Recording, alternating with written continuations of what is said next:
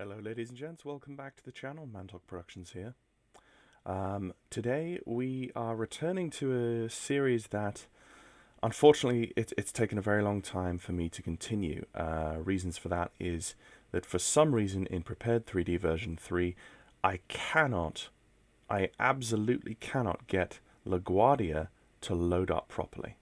The sim freezes every single time, whichever variation, whichever combination of BGLs and scenery layer orders and everything that I try and throw at it. It doesn't even load up the default LaGuardia scenery anymore. So the way I can continue this series is simply by diverting to another airport. In the late 40s and early 50s, based on the historic route tables, we can see that Boeing were flying the Stratocruisers in and out of Montreal. So essentially, the only way I can think of to continue this series, as I really would like to, is actually just pick up the series from Montreal rather than trying to continue to work it from LaGuardia directly back to Heathrow. So here we are at Montreal in the Stratocruiser, the Boeing 377 by A2A Simulations. And again, as you know, if you've watched the previous videos in this series, this is a very old add-on. The latest simulator it works in, like we know, is Prepared 3D version 3. You can mod it into Prepared 3D version 5, but AccuSim, the core AccuSim software itself, does not work. As some of you who are new to my channel, and new to A2A simulations, you will have heard of the new AccuSim Comanche that's coming in. That is AccuSim 2.0. Now this add-on here is one of the earliest iterations of AccuSim that you can find. And actually, despite the fact that it's one of the earliest iterations of AccuSim, you will see, I hope, that it's still, it still punches its full weight up against add-ons that are, 10 years younger in the flight simulation space. So, and that's why I love it. That's why many people still love this aircraft. And a number of people are still quietly flying this aircraft in an earlier simulator iteration and thoroughly enjoying it.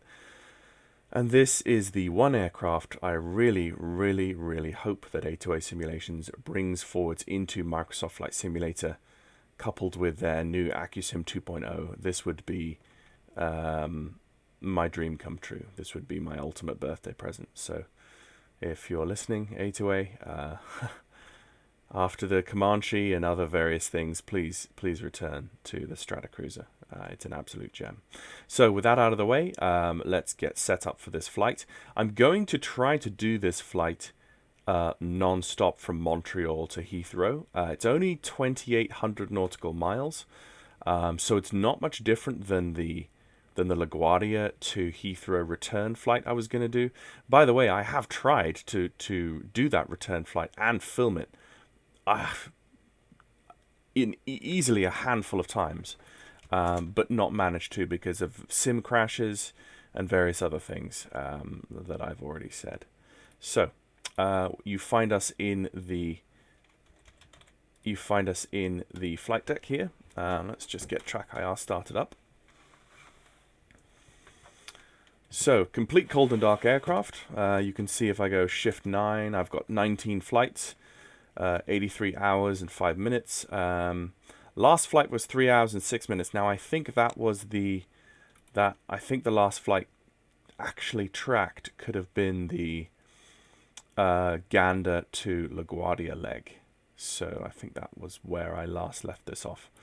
I did do an entire transatlantic flight only just to come up against some sort of crash barrier over the Republic of Ireland, and whatever I did, I could not manage to get through that. So we'll see how things go. I'm going to bring in the flight engineer. Now it says cabin is warm. Let's see, what is the temperature? It's 25. It's not too warm. The ambient air temperature is about 25. Yeah, free air temperature 25 Celsius. We only needed to be about 21 for the for the cabin to be pleased. So that's fine. Let's just get set up. Now, unfortunately, there are no ATC.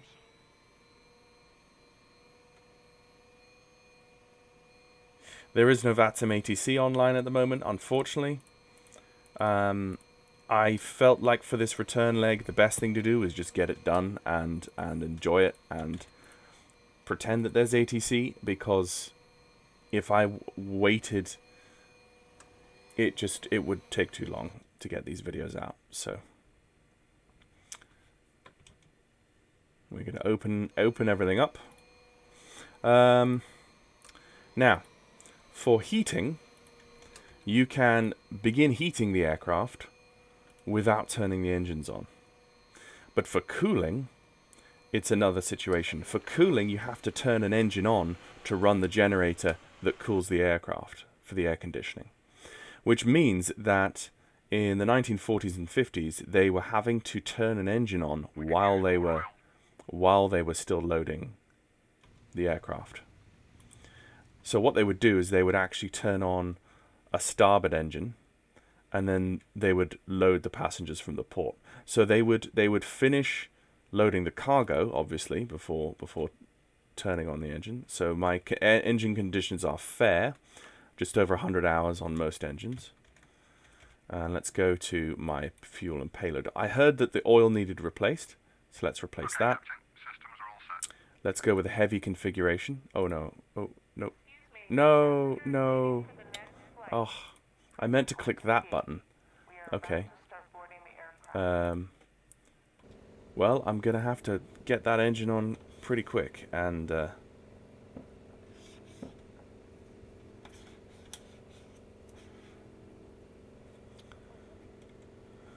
okay, let's get master switches on. Avionics batteries are on. Let's go engine 4. No, let's start engine 3 first. Right, so fuel. Fuel. The pumps are on. Tank to engine, tank to engine, tank to engine, tank to engine. All good. Let's go. Turn on the volt selector for number 3 to watch that. Now I've got mixtures rich. Fuel pumps are on. All I need to do is I'm going to do 1, 2, 3. I'm going to do 4 primes, and I'm going to make sure the parking brake is on. I'm going to hit start.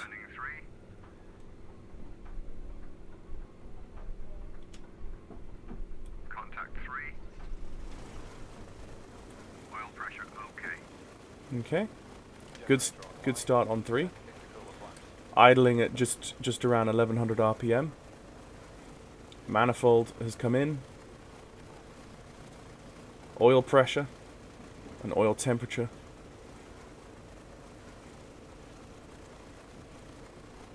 No, sorry, this one. Oil pressure is in the green, which is good. That's a good start. So, with that having been done, we now want to go up to the air conditioning. My flight engineer has turned on the master, he's turned on the ground blower, and he's turned on the cooling system, because he's identified that the ambient air temperature is above the air temperature that is desired, and it says cabin is warm. Now, with the door open, I don't know that that's going to make much difference. So, I usually seem to remember it takes at least 2 engines before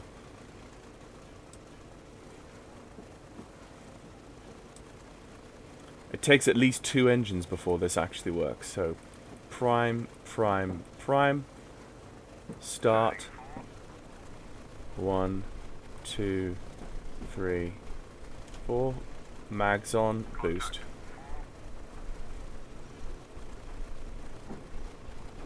On comes number 4, up goes the oil pressure.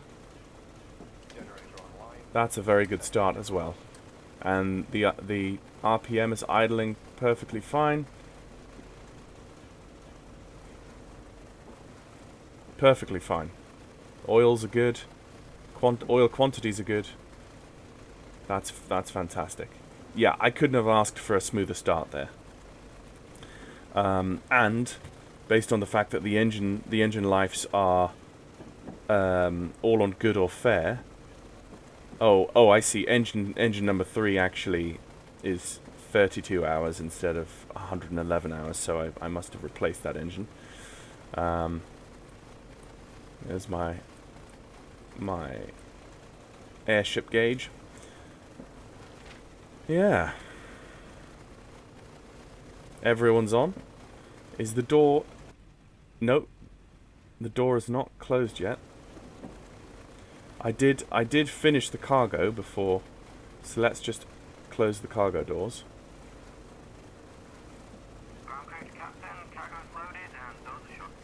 So you can hear AccuSim, you can hear the captain of the ship working. You can hear the crew dynamically talking to one another. It is, as an add-on goes. Oh, okay, we finished completely. Oh, did I hit the main door? Oh, no, okay, it's just... Okay, so the gross weight, 150 is the limit. We're at 146.8. So basically 100%. We're fully loaded. Absolutely fully loaded aircraft. So with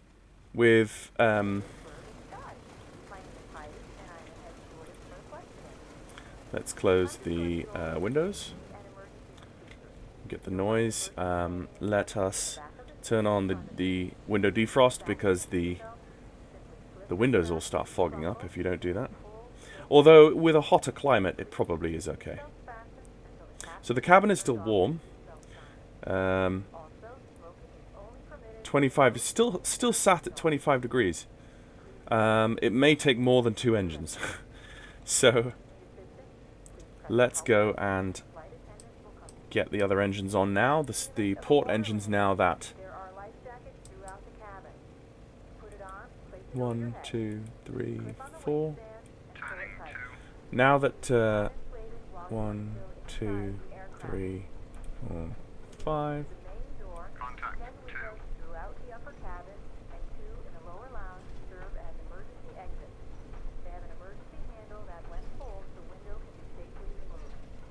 There we go. A little bit longer than the others, but okay. Oil pressure's coming up. And the engine is idling exactly where it should be. That's good. Let's go engine number 1 now. 1, 2, 3, 4. Hit the start button. 1, 2, 3, 4, 5. Mags, boost. Now that might not... Yep, ready to roll. That might not be the exact engine start method, but that's what I found to work quite well for me. So. Hello, ladies and gentlemen. Right. This is your captain speaking. We'll be on our way shortly. You picked great weather to go flying. It's going to be a nice flight. Again, it's a pleasure to have you with us. Enjoy the Control flight. lock off. Let's just double check all my control surfaces are acting as they should. Okay, so what we're going to do, we're here on a stand, on a heavy stand at Montreal. I see we've got a 5-knot wind from the south, so we're going to taxi for a takeoff, a southerly takeoff. So we're going to turn around directly from here, and we're going to head out that direction, turn left. So, parker brake, off. And we have to bring the engines up to maybe 20 inches of manifold before she starts rolling. There she goes. And we know this is going to be a heavy aircraft, heavy takeoff today, so turn on our radio altimeters and just watch as the beast comes around. Let's set flaps at the same time. Flaps 5 degrees.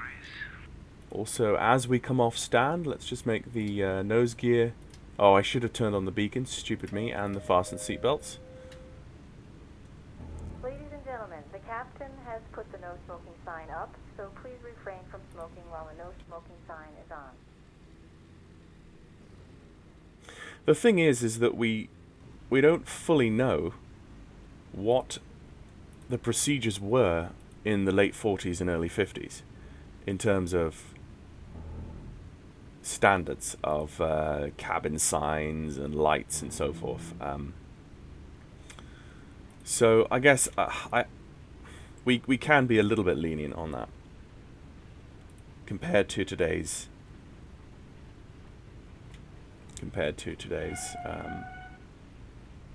standards. Okay, this is our left-hand turn. It's going to take us all the way down to the runway. And the Stratocruiser brakes were notorious for being incredibly squeaky. So that's normal.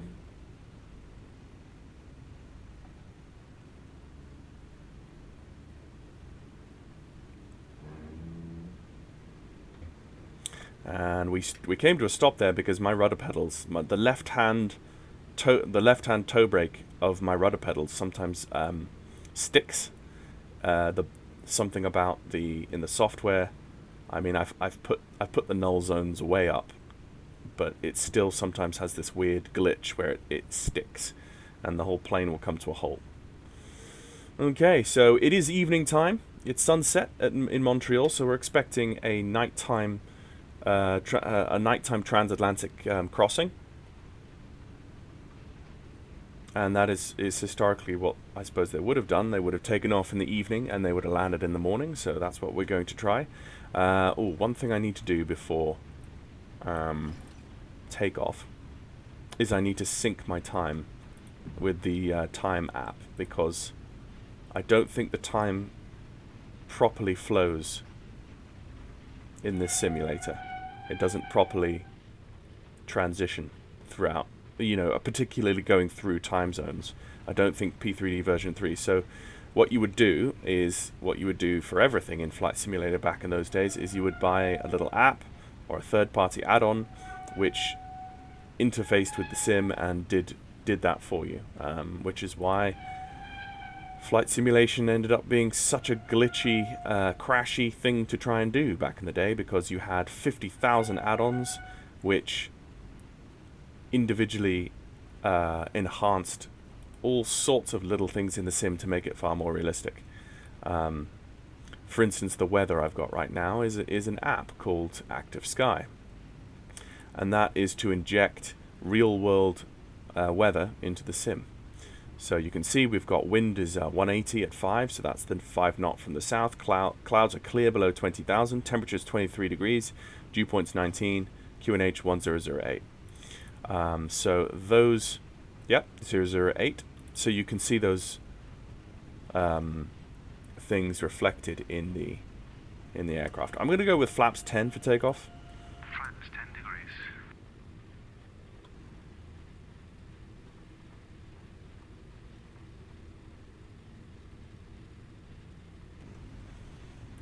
Also, as I did at Heathrow, I did a staggered engine start. So the engine, I staggered the spool up of my engine, so I only taxied to the active on 2 on the outboards, and then started up the last 2 at the threshold. And that was because I was on VATSIM at Heathrow. So I have seen archive footage of Stratocruisers taxiing on the inboards, but taxiing on the inboards doesn't provide you with as much turning force. So I don't know how that would work. I'll have to try that next time. Excuse me. Drinking some tea. As you can see, it's just 7 o'clock in the morning here, real time, but I'm flying evening time Montreal. Okay, so as we come closer to the end of the threshold, let's think about our takeoff. So for the takeoff, we want to have lights on, position lights on, passing light, and gear lights, and strobe as soon as we cross the threshold. Cabin lights we could turn on as well. And our initial climb out, we're going to climb up to 5,000 feet, make sure everything's clear and sorted, and then we will continue our climb through 5,000 as long as everything is okay. Our initial turn is going to be a left-hand turn out, tracking northeast.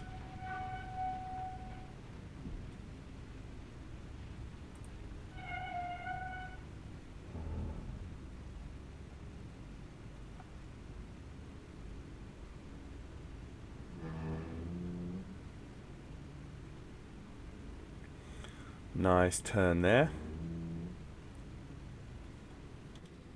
Technically, I shouldn't have turned my lights on in case someone was on short final. That would have been a bit... Right, so let's bring the idle down to...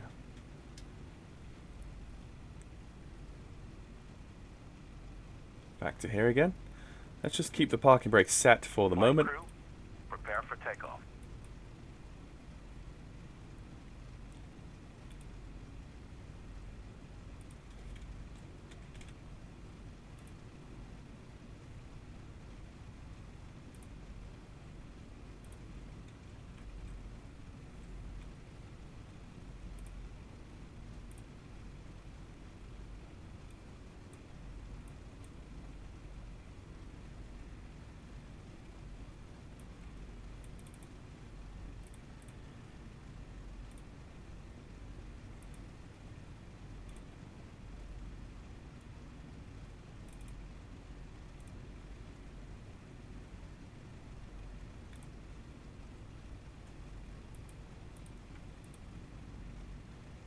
Okay, so we're ready to go. I elected not to use the real time time tracker, FS real time, because I'm not flying in real time. So there's that.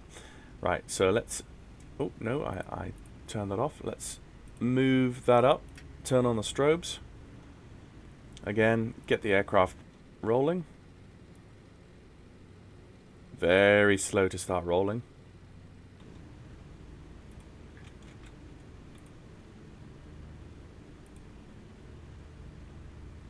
I turned that off.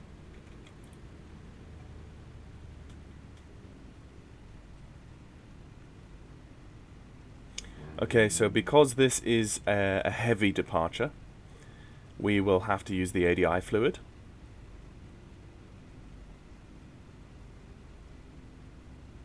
That's just going to keep coming up, I guess, until it does its checks. Okay, so just bring it to a braking here.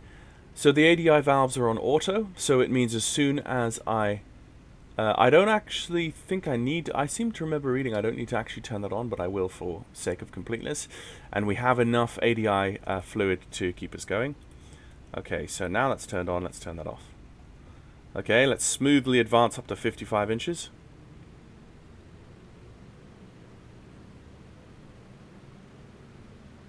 Actually, let's go up to 60 inches. As we have that ADI fluid.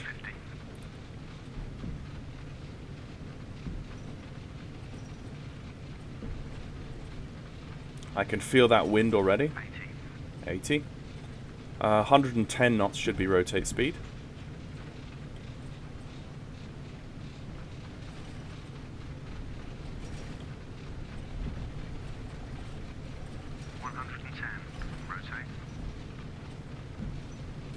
Stick coming back.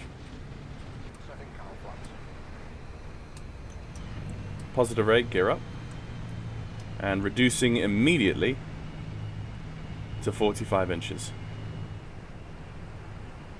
And then reducing RPM to 2500.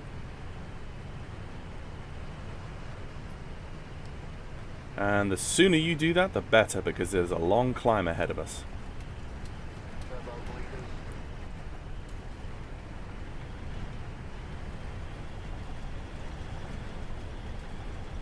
That's the cowl flaps.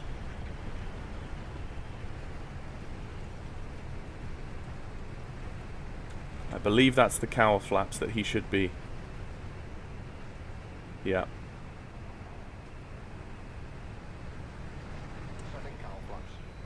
Yeah, he is now. He is now.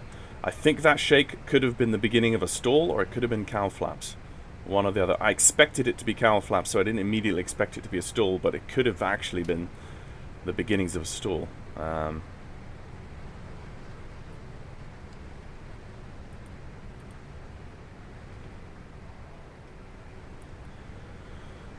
So max climb is 46 inches to 51 inches. So actually we could be slightly more on the manifold. And 2500 RPM. And auto rich. So we're just gaining speed here. Gaining speed here out over the water.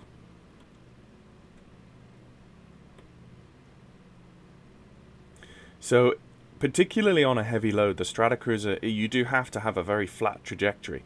I think a lot of people who try to fly a beast like this, particularly with radial engines like this, you make the mistake of let's turn off the rudder boost and turn on the autopilot. Autopilot on. And let's make a right-hand turn.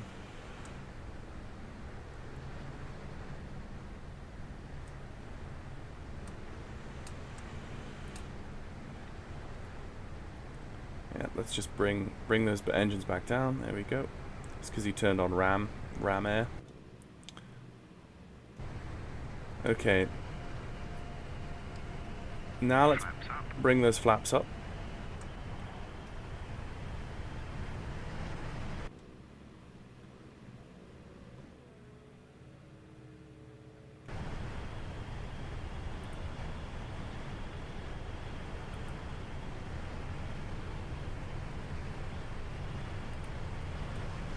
You right-click the handle to set it to 0.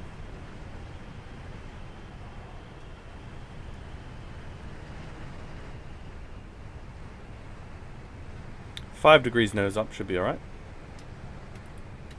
Let's bring the lights in.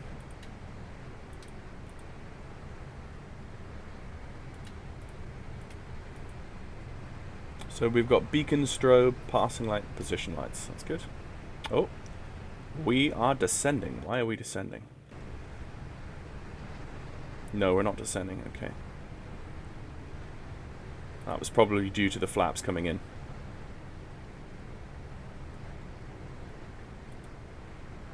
And there's Montreal. And the sun is setting.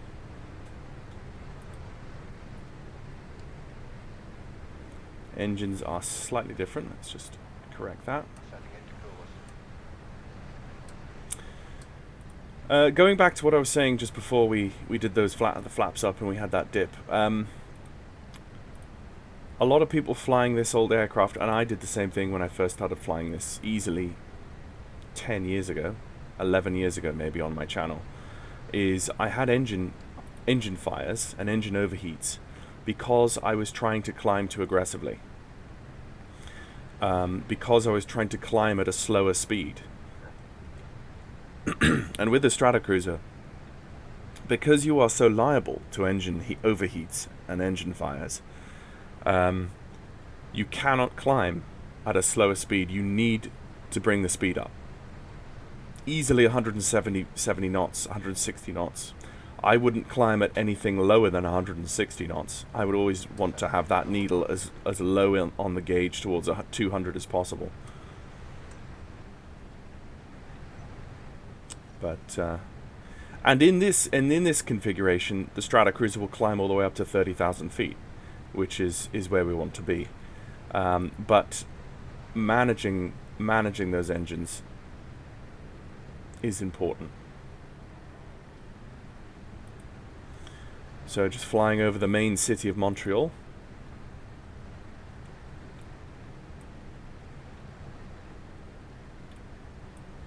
So our first inbound VOR is 112.8. So let's go put 112.8 and see what we get. Yep, we do get a clean heading. A little bit to the left, so let's just head left. Like so. Done. And there we go. And the Stratocruiser actually, with the help of your dynamic crew run by AccuSim and captain of the ship, all of a sudden actually the Stratocruiser isn't as scary as you might think it is. If you take this on VATSIM, you've actually not you've got as much as you would have to think about in a modern commercial airliner, maybe less in fact, because you have that engine management happening by your flight engineer, and you're on autopilot, you're on a gyro pilot, a very simplistic gyro pilot, but Simple is easy to think about. It's easy. It's effective. You do have to think about altitudes. So our climb is going okay. Our climb is happening as it should. I don't see any reason to halt at 5,000 feet and return to the field or anything like that. I'm going to continue up through 5,000, up to our cruise of 30,000 feet. So I'm going to change to QNH 1013, like so, QNH 1013, like so, and continue to monitor the instruments and setting pressurization, and let's turn off the ADI pump. The ADI fluid won't be used at the moment. The ADI fluid is only used in auto configuration when it detects that the engines are at a high enough manifold pressure to warrant its use. So the fact that I had that turned on, you won't be losing ADI fluid unless your engines are on 60 inches. Once we reach this altitude, we will be able to power back and things will quiet down nicely. Now, of course, in Prepared 3D version 3, you get I've gotten these really weird psychedelic evening sunset colors, and there's not much I can do to really change that. But you know, at least it looks a bit more interesting than nothing at all. I do have Orbex Vector and Orbex Global installed, so you're getting a little bit more accurate coastal rendition and motorways and roads and that sort of thing than you would in the normal default scenery. But now with Prepared 3D version 6 coming along, and not very many developers seeming like they're going to jump on the bandwagon of it, that seems like we might the peak of Prepared 3D is going to be probably P3D version 5 for most users, as it doesn't initially look like a lot of the developers will continue, sadly. But there we are. It is the state of things. It is the way progression goes. What a beautiful aircraft. I just have to say, what a stunner. I'm going to take a screenshot.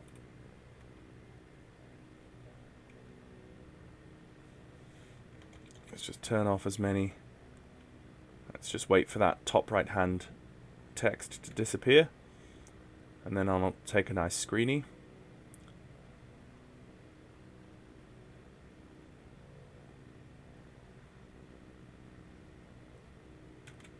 There we go.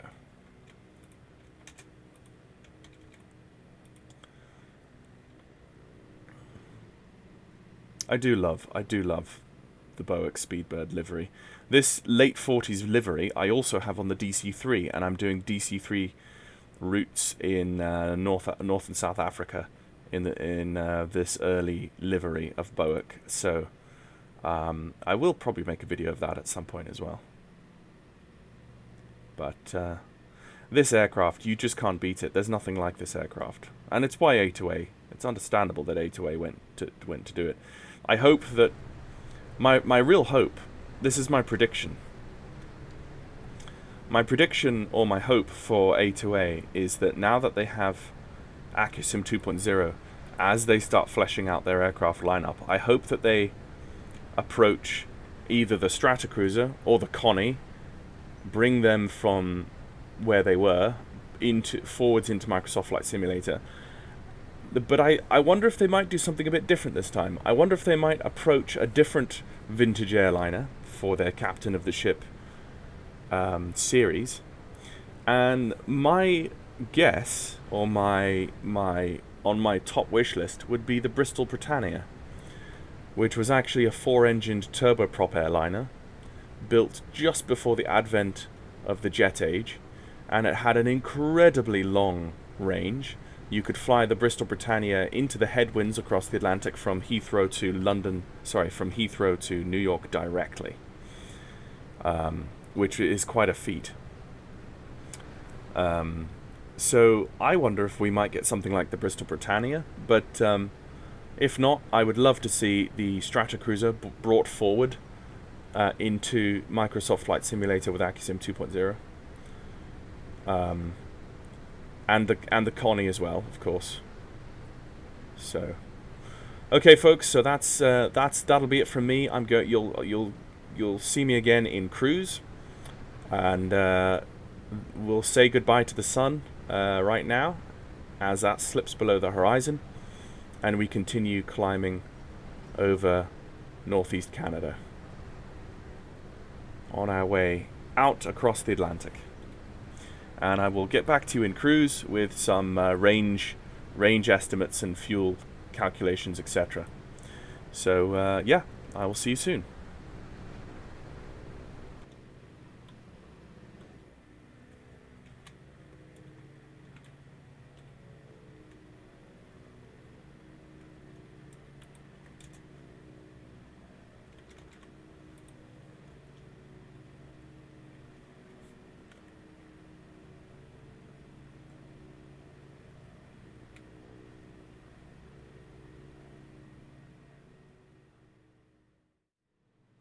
Hello ladies and gents, welcome back. You find me at cruise. We're just coming up just shy of 30,000 feet at the moment in the Stratocruiser. I'm going to continue climbing up through 30,000 feet, and then I'm going to come off the step down into 30,000 feet with a little bit of a decline or a downwards step, and that just helps bring the airframe up to cruise speed quicker. It brings us out of a higher angle of attack, which creates drag. Sometimes at a higher altitude, at a slower speed, if your airframe is at a higher angle of attack, it's almost virtually impossible to push through that and get up to your desired cruise speed, where with a lower angle of attack and lower drag. So climbing 500 or 1,000 feet higher than your cruise, and then descending, brings you through. It gives your airframe that little chance to gain a bit of speed from your climb speed up to your cruise speed, and then when you flatten out into your cruise, you're already through that barrier of high angle of attack and slow speed and drag. So that's the idea. I can't remember how long ago it was I figured out this is a good idea. And I seem to remember reading somewhere that this was actually something that could have been done in the old days to mitigate this issue. The airframe would eventually come up to its optimum cruise speed, but this just expedites that. Also, the problem is if you come up to your cruise speed and then you bring the engines back into your cruise regime, that they might not have the punch to get through that angle of attack and drag to your optimum cruise speed. So yeah, that's why I'm doing this. So I'm about 300 feet above now, so we can see on the 2D panel the power settings subchart, which is a very helpful reference. So we've been climbing between 54 to 60 inches. Obviously it's tailed off below that the higher we've gotten. The throttles are at 100% and the turbos are probably right up there at 94%. So this is kind of our max throttle at the moment, and it's just edging us at 150 feet per minute. So we really are up at the top of our performance now. Being fully loaded and fully fueled, we've still got 84% of our fuel. So we've burnt almost 20% in the climb, which is quite a lot if you think about it. So up just above 30,000 now. So the cruise regime is going to be down to 40 inches and 2100 RPM for a PSI of 168, and we go into auto lean. So we've been at auto rich this entire time in the climb. So it's really however much you feel like you need. I'm happy, I think, with about 500 feet. So we want to just start watching all the instruments here as we as we make this maneuver. 500 feet. There we go. Let's bring the pitch reference down to, let's say, 1 degrees for the moment. Maybe 1.5. We don't need it to... You don't want to do this maneuver too abruptly, or else you throw yourself off. Maybe I could bring that down to 1 degrees or 0.9 degrees. Something like that. So we're getting a steady 500 feet per minute descent. And during that descent, you'll see the speed start to come up. About 250 feet to go now. And as the speed increases, you see our vertical descent decreases, because with greater speed, the wings have greater lift, and that greater lift turns into less of a descent. So it's all this beautiful aerodynamic balancing act that you have. And you don't really appreciate this when you're flying a modern airliner that has all these automatic systems which you know, you just select, you know, climb to this, and it climbs to that, and it manages all of that for you. Okay, so just as we pass across the VOR, we go altitude hold on. That's going to hold the altitude at 30,000 feet dead, pretty much. And now what we've got to do is to change our power settings. We're free air temperature is -33, so that's cooling our engines nicely. Our engines are air-cooled, rather than liquid-cooled or anything else. One other thing I'll just say, while we're in this regime, you can see that the red dial has come down on the speedometer. Now that is essentially the upper limit of speed at this altitude. So, and also we have a little tag here that says do not exceed... Oh no, it's not that one, it's this one. Where is it? It was on the dash here somewhere. It talks about 0.52. Do not operate below. I love the little warnings around on the cockpit. Do not exceed. Oh, where did it go?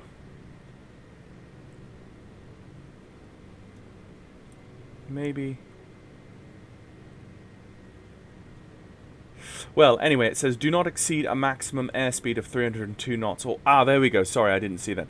Or 0.58 Mach for normal aircraft loading. So that red needle, I'm imagining, is our true airspeed of 302 knots.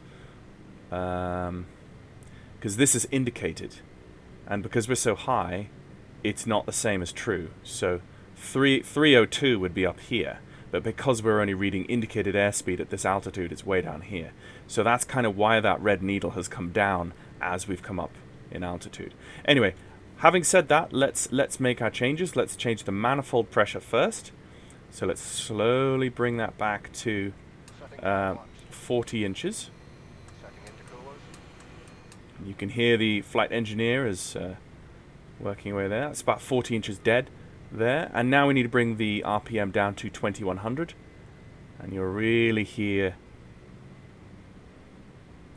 the engines change their tone. They'll just bring back and they'll just soften. So 21, just a hair above 2100, which I find acceptable, and then that gives us actually a PSI of 180. 40 inches, really?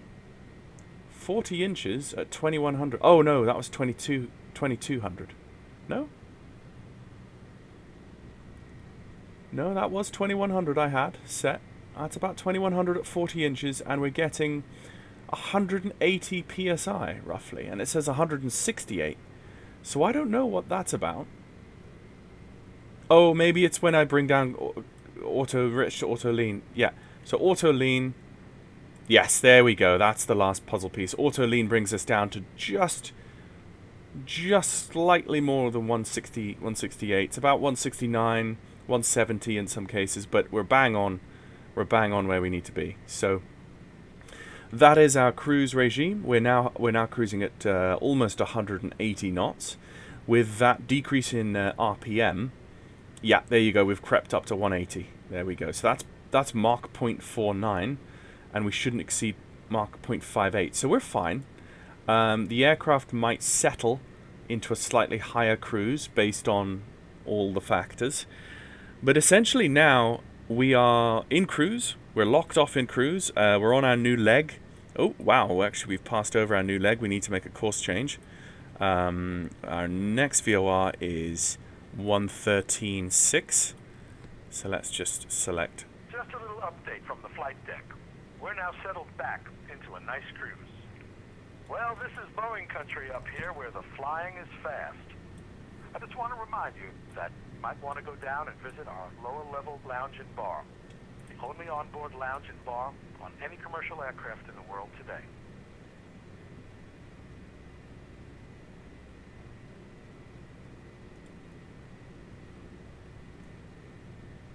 So is it 15.8 or 15.9? Yes, 15.9. There we go. So needle number 2 is the VOR that we just passed from, and VOR 1 is the new VOR. So I'm just going to make a course correction to what is it? 1370. Heading 084, magnetic 084. So we need to just come around to 84. We are currently 75, 76, 77. There you go. 79, 8, 81, 82, 83, and 84. Set. Right. So we'll leave it there. We'll see how things go, and yeah, that's a successful takeoff, climb, and transition into the cruise regime.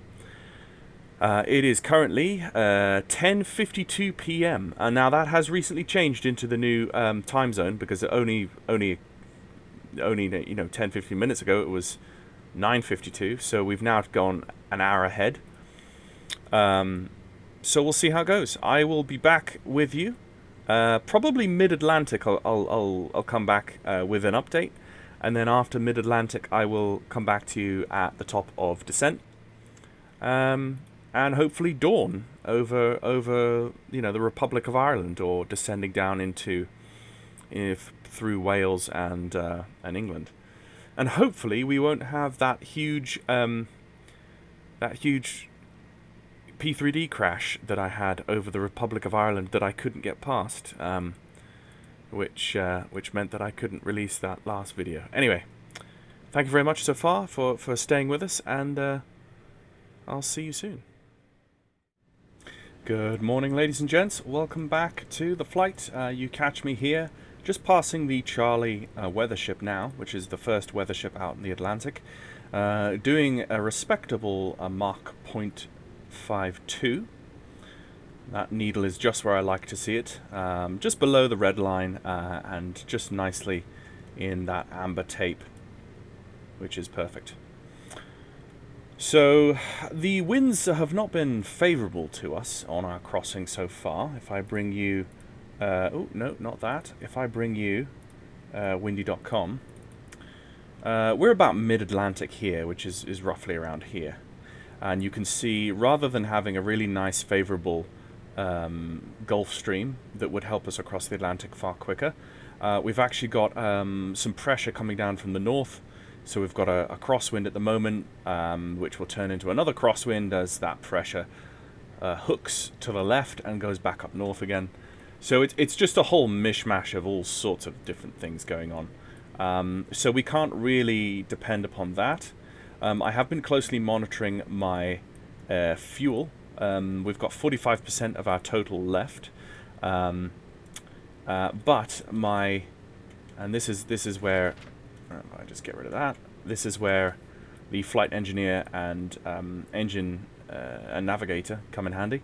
With AccuSim and captain of the ship, the navigator and the flight engineer work together in cruise, and they give you a table of information that is their best guess. So if we look at the fuel management tab, we can see that they're estimating that we have just under 5 hours of flight left, with a total current range of 1,600 nautical miles. Now, I'm roughly 1,300 nautical miles from London now, So I know I've got around 200 to 300 nautical miles of divert room before I have no fuel left, which is, of course, easily within many favourable divert fields, whether that be Gatwick or Bristol or Birmingham or Manchester or, you know, a number, like a ton. So I'm not that worried. If we had had favourable headwinds, then yes, of course, we would have had, you know, considerably greater margin. But it's nice to see that at least on this leg from Montreal to London reverse, I'll return, I don't have to refuel at Gander. Now, if the wind had backed on me or done something crazy, of course, then I have the option of putting into Gander to refuel, which is, I don't know, an extra, let's see, if I was to just QDM range and bearing, Gander's 960 nautical miles away. So I'm just under 1,000 nautical miles from the Irish coast. So I know that, you know, at least I've got 500 nautical miles at least on top of that to maneuver if I was able to get to Gander. So it's all going well. It seems all is quiet on the Western Front, as they say. Engines have all appeared healthy, all within limits. We've been going now for 5 hours and 4 minutes. We've tracked 1,500 nautical miles, and we've got some ground speeds. Average ground speed is 305. Our current ground speed is about 332, as you can see, in knots. And it's all worked out for me that you've got a tailwind. We've got a 13-knot tailwind. Left crosswind, 66 knots. Look at that. So that's that northern pressure coming down from the north, hitting us on our left-hand side. And once we get through that band of weather, we will then have a crosswind from the opposite direction. So that is how that works. All things are going good. So again, in the summertime, this is early July, which means that we don't have a huge amount of darkness to contend with during this flight. The sun went down and the sun came back up comparatively quickly, which is always nice to see. Again, weird prepared 3D version 3 colors in the skies. I can't fix that. I tried installing Rex and all sorts of different things, but it did seem to do no difference. So, yeah, enjoying this so far, and I really hope I've got FSUI PC turned on, so it's doing an autosave. It's doing an autosave every 60 seconds, and it's saving the last 5 autosaves. So I'm hoping that if I do any crash to desktops or out of memory issues, I've got 1.3 gigabytes of VAS left to play with. So we'll just keep monitoring things, see how things go, and yeah, all seems well. And if we have any in-flight emergencies or things happening, then the passengers are just going to have to put up with it, because obviously we're in the middle, we're in the middle of the Atlantic, and there's not much they can do about it. So, but yes, let's just double check while I'm here. Right, we're in the band. No, not heading. Do we have Charlie Weathership anywhere? We should be in the band. Please, please, please, please, please, please. Please, why can't I see Charlie? Why can't I see that all of a sudden? Charlie. Yes, that is Charlie. I should be... Maybe it's not installed correctly. Ugh. I don't know, but I'm at the rough waypoint in the Atlantic where Charlie should be, and I'm not seeing Charlie anymore, so that's weird. It's on. Oh, duh. Ha! Of course. Well done, Mantle. So, yes, we are very close to Charlie. And it looks like Charlie's just off our right-hand quarter. And as I'll monitor it as we pass. But that's a very strong signal, meaning that we are very close to Charlie. Actually, I think I can... yeah, I can actually just see it visibly dropping. And that's because... the peak... yeah. The peak of the signal... Actually, yes, it's dropping. And the only reason it would be dropping is if it would actually be behind us instead of in front of us. So unfortunately, this does not give direction, it just gives bearing. So if I was to bring this back to... Oh, yeah, and now it's gone. But if I was to bring it back to 180 degrees and it was dropping, that would be accurate because we would be flying away from it. I would expect the signal strength to be gaining if we were, you know, flying towards it. So it can track you, it can catch you out there. So yeah, and then it'll be another 20 minutes. It'll be another 20 minutes before we catch it again, and then we'll see it go outbound. But I'm happy with that, and we will continue to track and let you know how things go. Nice sunrise, and I will see you overhead the Republic of Ireland. I think that's the best place to be, so I'll run the next roughly 1,000 nautical miles, and I will see you back in a little bit. Bye. Ladies and gents, welcome back, and as you can see, we do have a bit of a problem here. It was about 45 minutes ago, when I was just away from the keyboard, that I came back to see that engine number 4 had an incredibly low manifold pressure. But despite that, it was still running. It was still running, but it at a greatly reduced power output. I think it was something to do with the carb. I don't actually know. I ran through all the gauges. I did the best to diagnose the problem. I couldn't find out what it was. So what happened is I saw that I was beginning to lose airspeed, and with that was increased drag, increased angle of attack, etc., as you know. So what I decided to do right now was to turn the engine off and feather it. So we have a completely feathered engine number 4. And you can see the aircraft is currently running on the remaining 3 engines. You can see the trailers coming off the wingtips now, which show that the higher angle of attack is creating some wingtip condensation, not condensation, wingtip. So with that angle of attack, that's not going to work. So what we're going to do is begin a premature descent to thicker air, which will Altitude hold off. We will begin a premature descent to thicker air, which will hopefully provide enough lift for us to maintain speed. I'm thinking about 20,000 feet.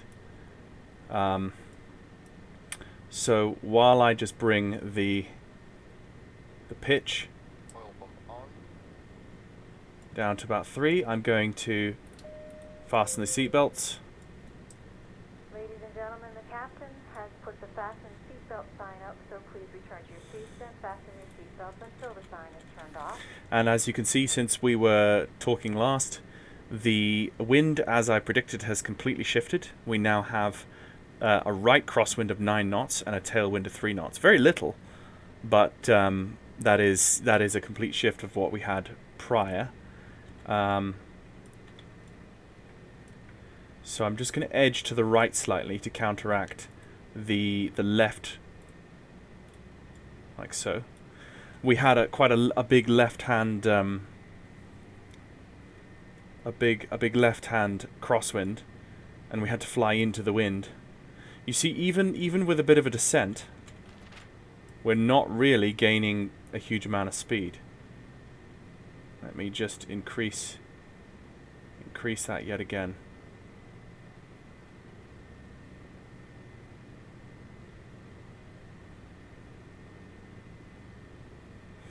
Let's try to gain a bit of speed in this descent, and then flatten out at a lower altitude, where I'm hoping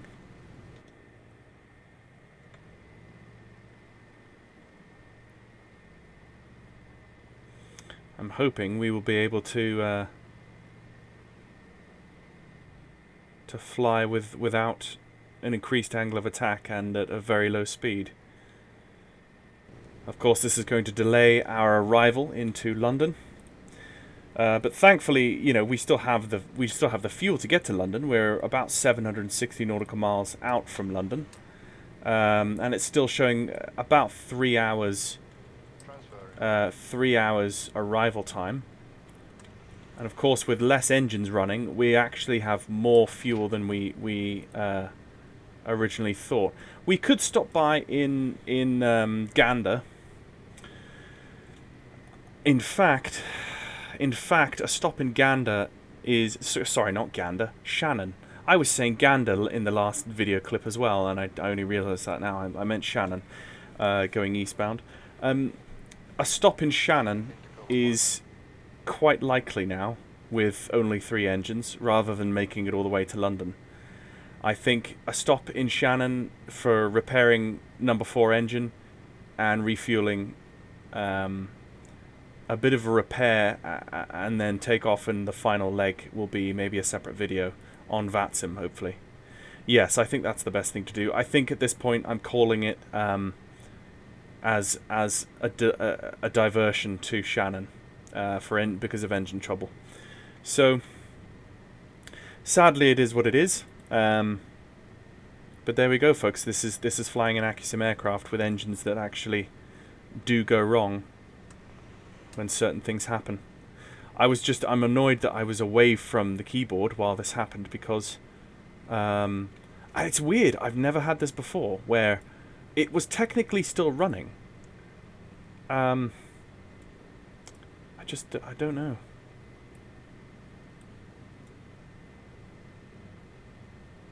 Let's turn the mixture cutoff.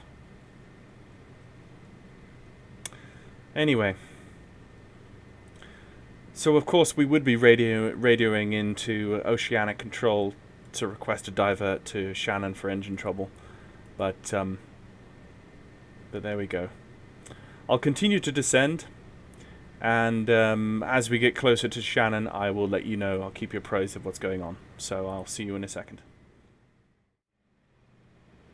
Ladies and gents, welcome back, and you find us down at 3,000 feet, just coming feet dry over the Republic of Ireland's coast, inbound to Shannon, probably about 30 nautical miles away from the end of the glide slope. And yeah, it's been bumpy coming down through the layer of weather, but thankfully we're down, and you can see 3,000 feet, and we now have the notification that we have a turbo failure. So that's what it was that failed. It must have been. I'm going to bring back my engines now to 35 inches and begin to slow the aircraft in preparation for our approach.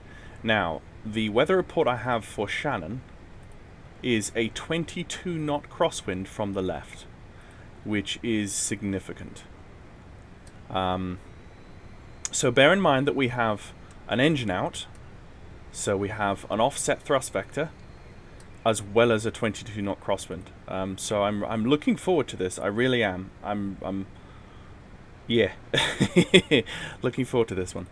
And I will line us up on a longer final than I normally would, just so that we have plenty of time to get a feel for the different flight characteristic and so forth.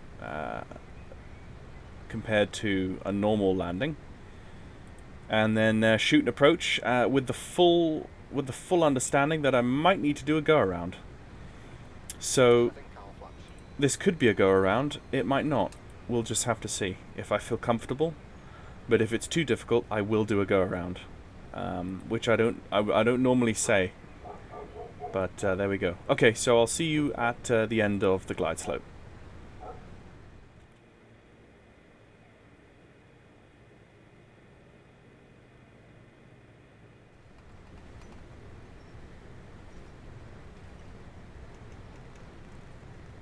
(110.95) set, and there is our glide and localizer. It's about these twin lakes that we're going to turn right hand inbound. Set things up a bit. Let's bring the RPMs up to 2500. of the engines that are still operating. And manifolds up to 40 inches for now. Actually, no, let's bring that down to 30 inches because of our excess speed. Right, let's start turning inbound. Nice steep turn there. Whew. Maybe not that steep. Altitude hold off. Let's just go manual now. That was maybe a bit too steep on my part. And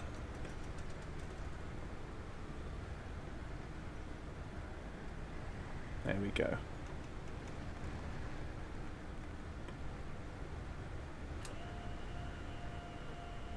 Flaps 5 degrees.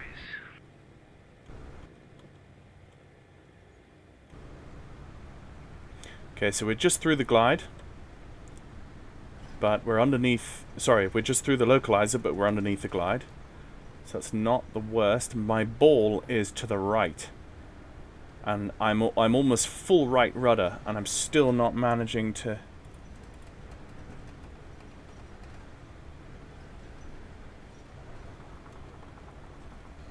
I'm going to recenter my rudder trim.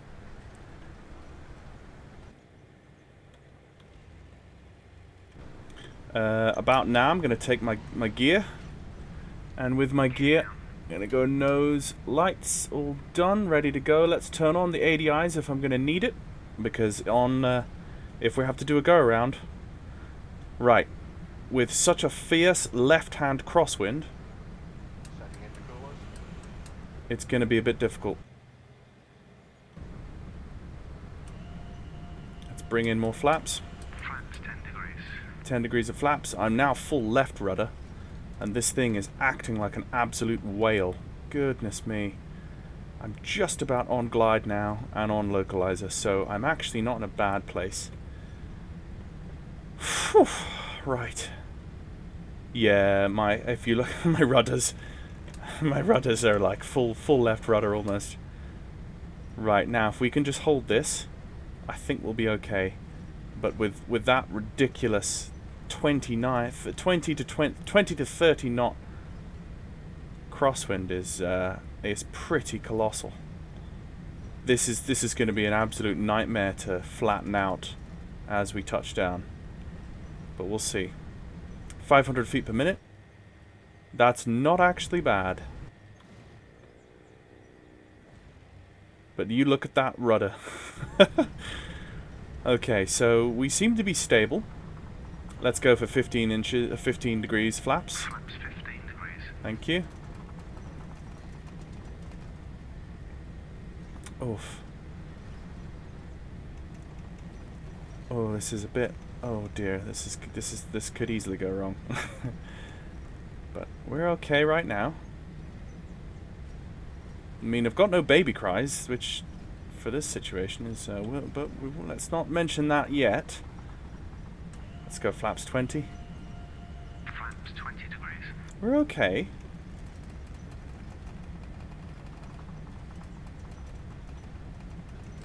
Of course, we would have called in to the tower beforehand, and they would have vectored us on. And in the early 1950s or late 40s, depending on how much traffic there was around, they would have held some traffic. And if there were some fire engines, they would have gotten them out, ready for our arrival.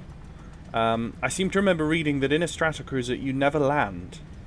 The terminology is that you simply arrive in a Stratocruiser, but you do not land a Stratocruiser. You arrive in it. That's what some pilots used to say. All right, well, I think we're doing okay actually.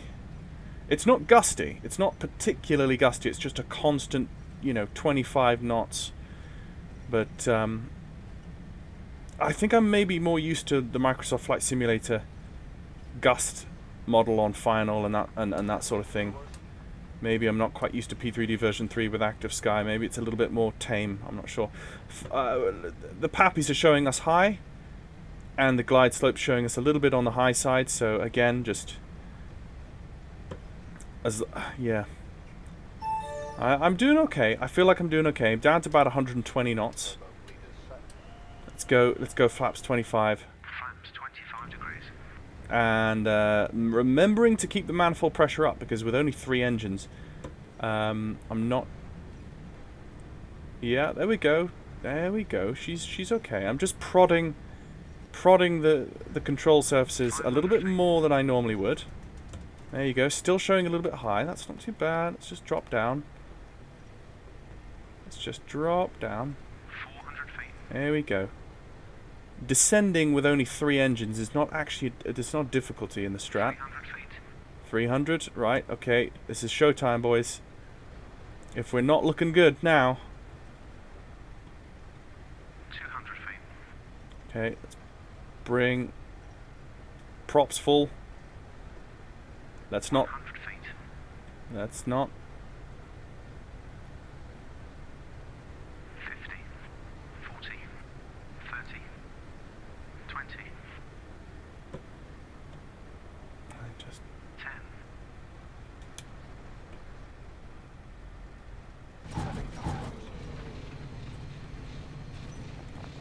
Oh! Full right rudder, full right brake, reverses.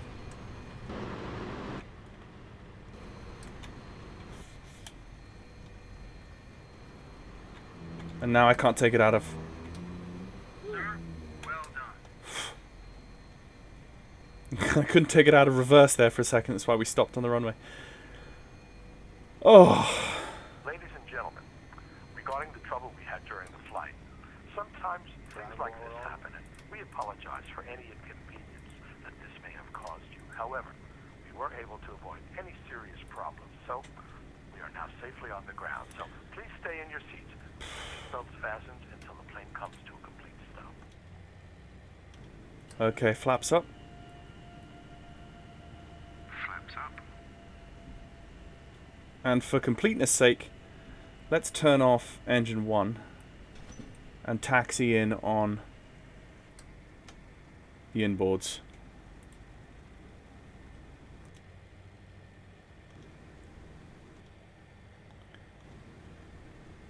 Oh, that was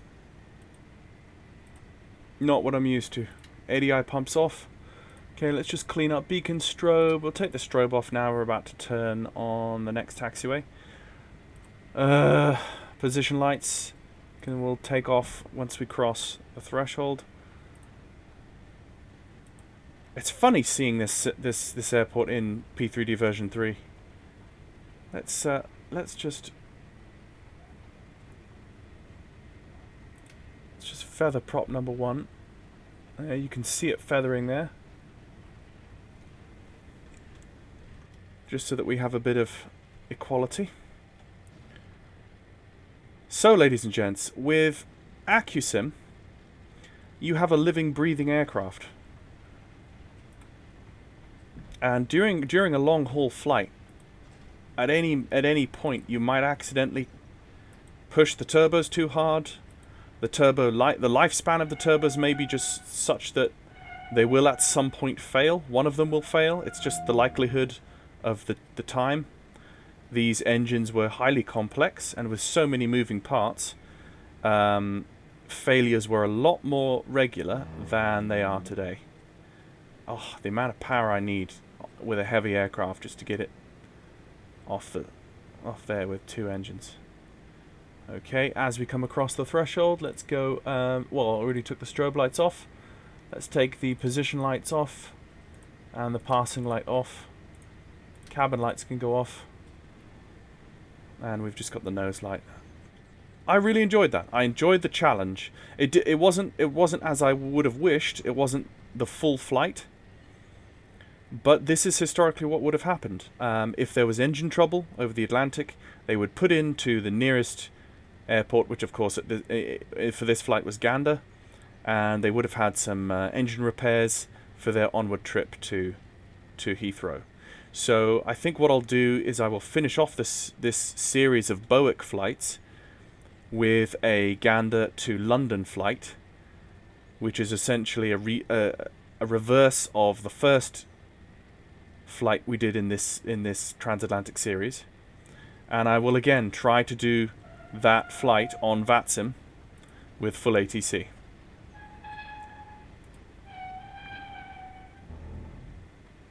As we come on to stand, let's just go off with the nose light, and we'll leave the beacon on. We'll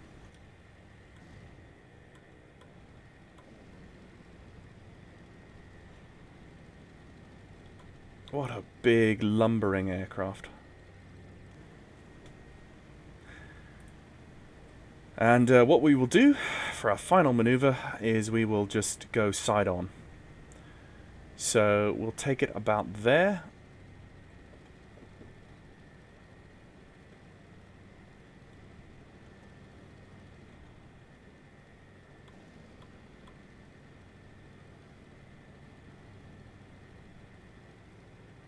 There we go. We'll hold it there. Parking brake on. Engines to idle. Mixtures. Fuel cut off. Shutting systems down. Mags off. Wow. Okay. Let's just pause track IR. And spend some time looking at what we've got. So,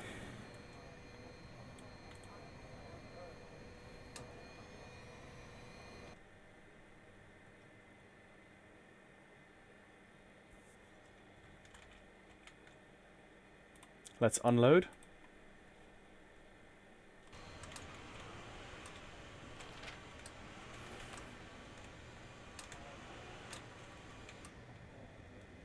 Captain, doors are open.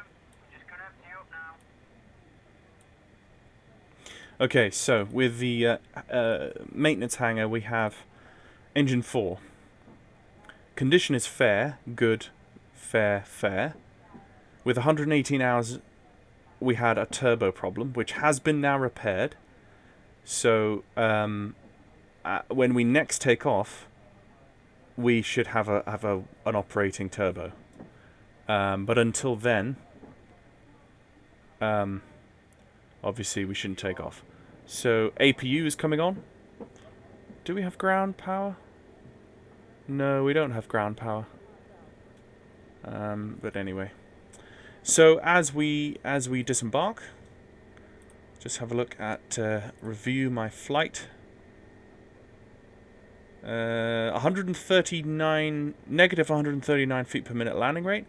Now, I think in the Stratocruiser, that's not bad. That's definitely not bad at 92 knots. Goodness me, I was slow. 92 knots at 139 feet per minute descent rate or landing rate. They clapped. I wonder if they clapped because I had successfully finished the flight without killing anyone, or they were just so relieved to get down. I don't know. The block time was 9 hours. The flight time was 8 hours 47 minutes. Fuel burnt was 17.8 thousand kilograms. Distance was 2,500 nautical miles, just over. Yeah, and here we are back in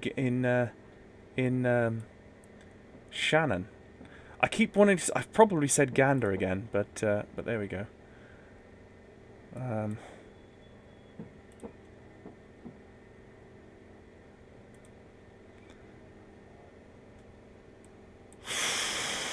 I'm still decompressing. I'm sorry. I'm still decompressing from that. Now, let's bring up our captain's log. This is the moment of truth, and let's just move forward the time of disembarkation. There's a few people in the lounge left to go, and after that happens, we'll hear what Heidi wants to say, and we will see.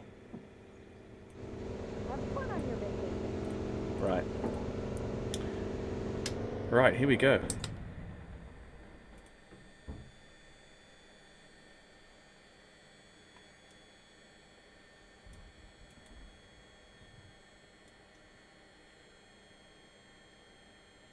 crew to Captain, doors are just shutting boy, do I need a good night's sleep. Take care. Okay. So 20 hours. Oh, sorry, 20 flights. Total time, 91 hours. You are a captain. You do a pretty good job. There was a turbocharger failure, and you managed to land the plane safely. Great job, sir. My landing was okay. The airline is pretty good to me.